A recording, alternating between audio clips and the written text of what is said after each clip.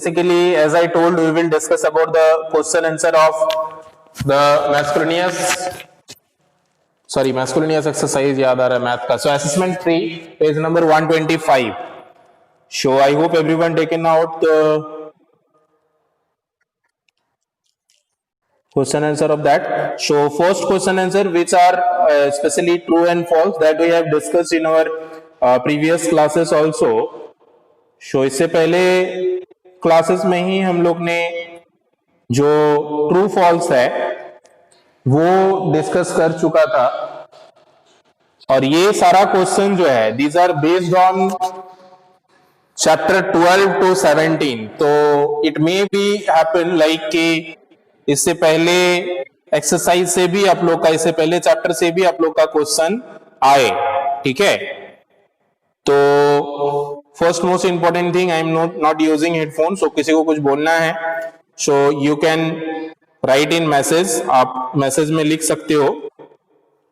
ठीक है, and let's start with the true and false only.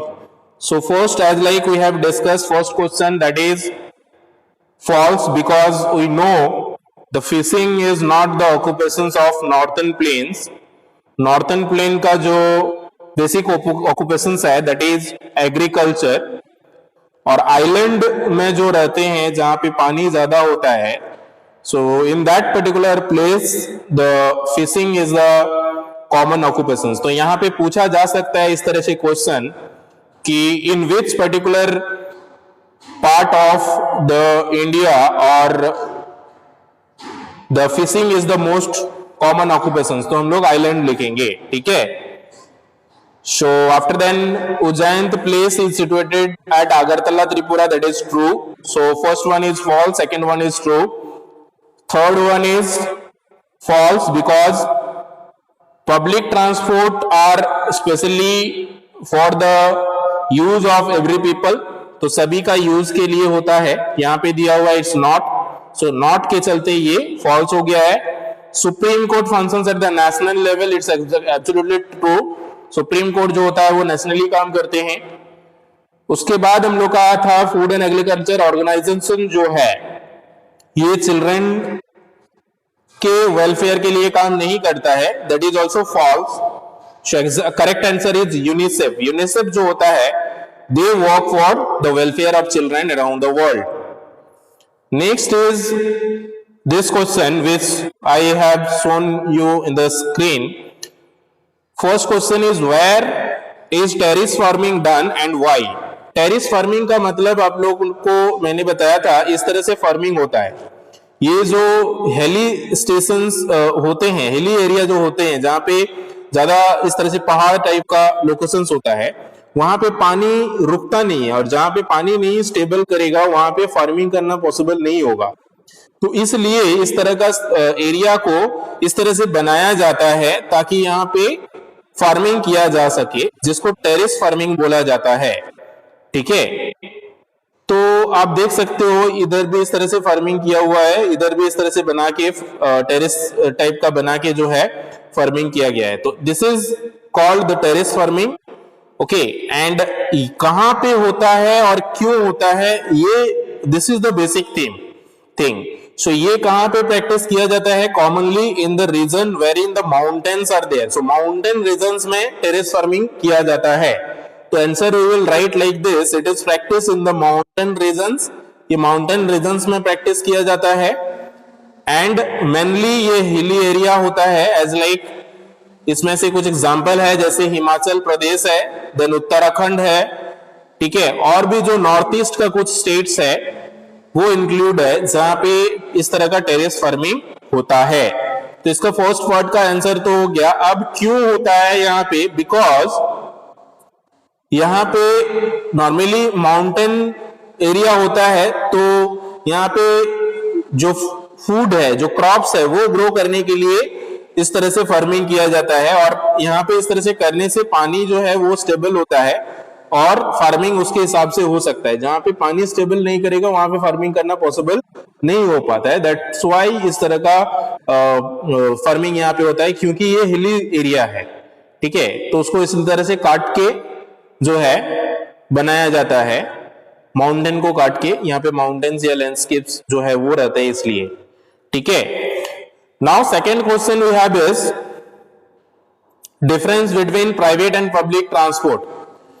तो ये क्वेश्चन डिस्कस करने से पहले हम आप लोगों को कुछ इमेज दिखाना चाहेंगे जिसमें आप लोग को आइडेंटिफाई करना है which of these are public transport and which of these are private transport. इसमें से दो तरह का इमेजेस दिखाया गया है, दो तरह का पिक्चर्स दिखाया गया है। इसमें से आप लोगों को बताना है कि एक एक करके कौन सा पब्लिक प्रॉपर्टी है और कौन सा प्राइवेट प्रॉपर्टी है। तो सबसे पहले हम लोग बात करते हैं कार से। What about car? Car is a public property और private property?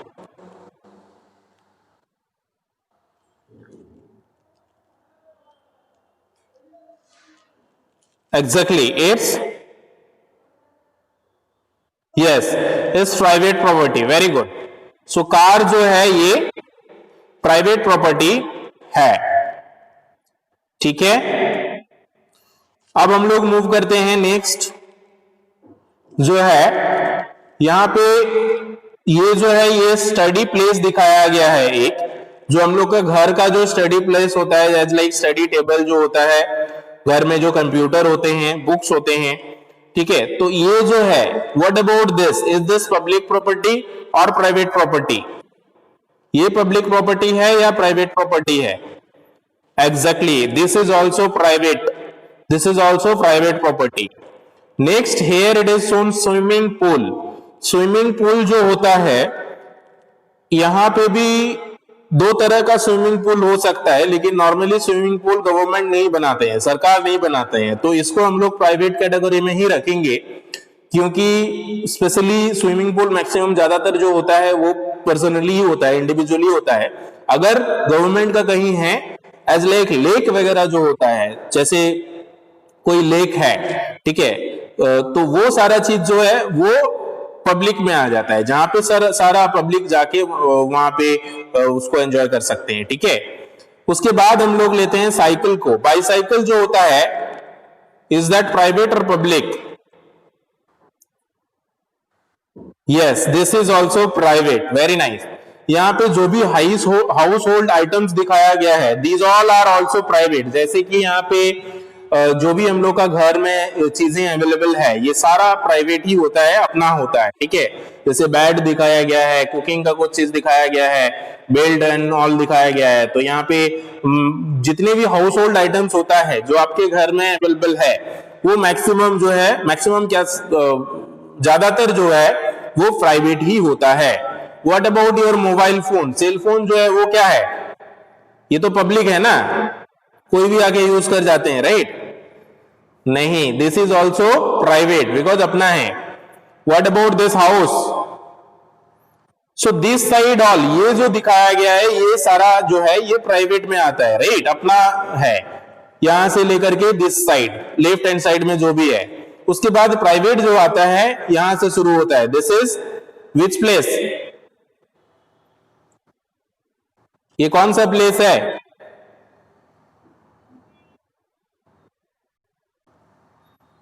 Which monument is this? Yes, public है, लेकिन कौन सा मोनामेंट का पिक्चर है ये? Exactly, Taj Mahal. Very nice. So उसके बाद जो भी ट्रांसपोर्ट यहाँ पे दिखाया गया है, लाइक बस, कार।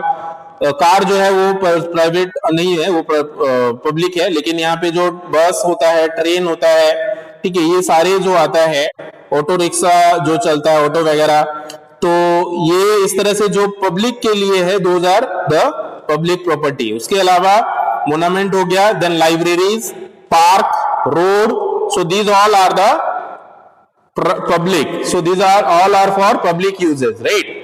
सो अब हम लोग डिफरेंस निकाल सकते हैं या डिफरेंस बता सकते हैं। So first is public property. Public property वो प्रॉपर्टी होता है जो जनरल पब्लिक के लिए होता है, फॉर देयर यूजर्स।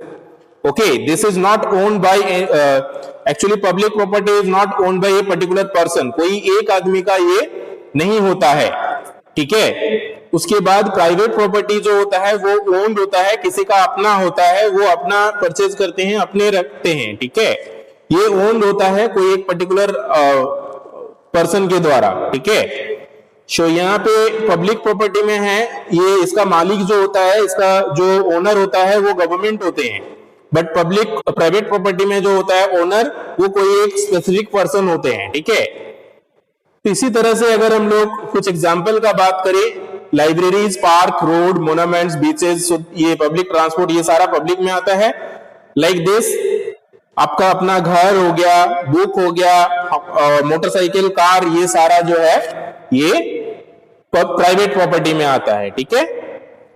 तो these are the difference between public and private properties. So this is question number 2 which we have discussed. Now moving to the third question, what is the right to freedom? Right to freedom बहुत ही important है, हम लोग ने इससे पहले भी इस question को समझाया है, ठीक है। तो राइट टू फ्रीडम के अंदर जो जो चीजें आता है वो ये है, पहला फ्रीडम ये है कि आपको ये आजादी है to speech and express your expression, आपको कुछ बोलने का अधिकार है, कुछ एक्सप्रेशन ये करने का अधिकार है, डिलीवर करने का अधिकार है। Then freedom to gather peacefully without arms, ये भी हम लोग ने डिस्कस किया था।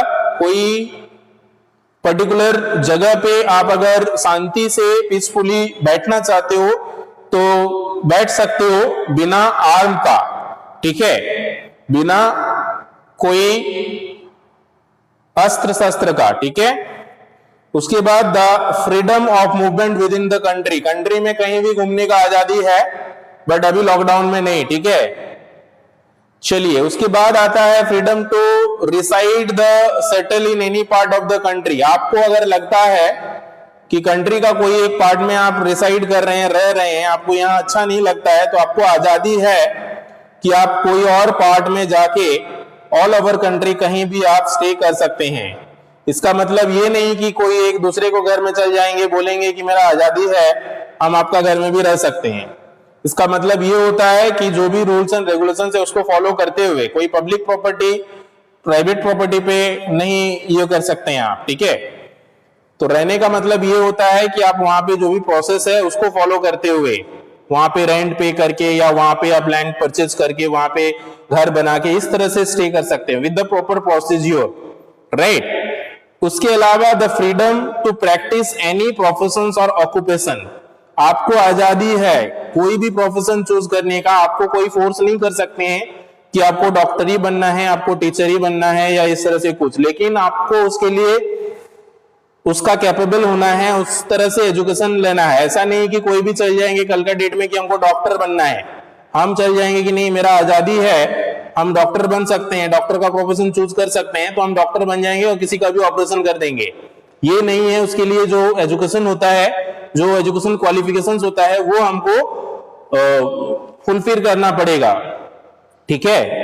तो चूज करने का ऑप्शन है कि आप अपना मेडिकल्स का पढ़ाई करना चाहते हो कर सकते हो, आप टीचिंग लाइन का पढ़ाई, इंजीनियरिंग का पढ़ाई या यूपीएससी का तैयारी करना है कर सकते हो। तो you have the options of choosing your own professions, मतलब बिजनेस करना है बिजनेस कर सकते हो, so like that, this type of professions, okay.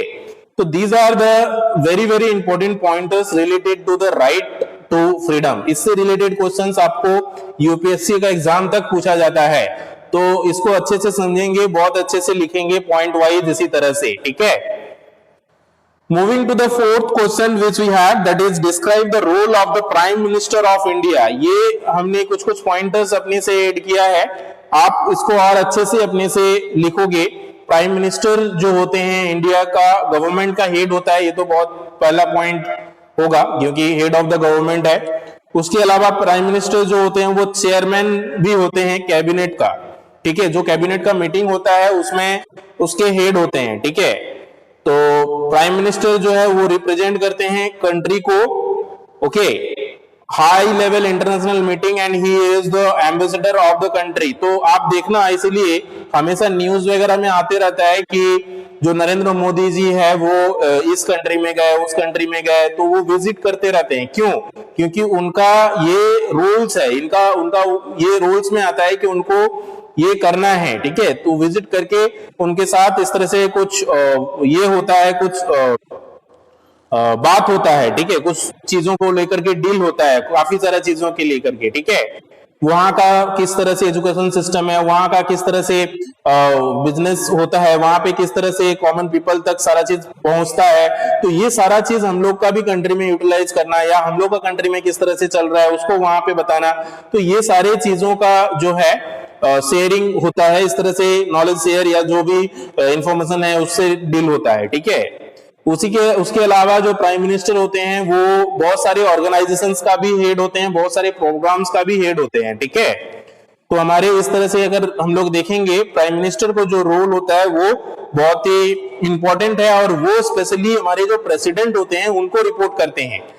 तो नॉर्मली एक होता है ना, जैसे एक लेवल होता है कोई भी ऑफिस में, ठीक है, ऑफिस में जो कर्मचारी होते हैं उसके ऊपर भी और भी कोई होते हैं सुपरवाइजर, और उसके ऊपर में और भी मैनेजर वगैरह होते हैं, तो एक उस तरह से होते हैं कि रिपोर्टिंग होता है। तो ये जो चीफ हमारे जो प्राइम मिनिस्टर है वो प्रेसिडेंट को रिपोर्ट करते हैं, कोई भी चीज को लेकर के, कुछ इंप्लीमेंट करना है, कुछ इस तरह से करना है, तो बताते हैं उनको, ठीक है।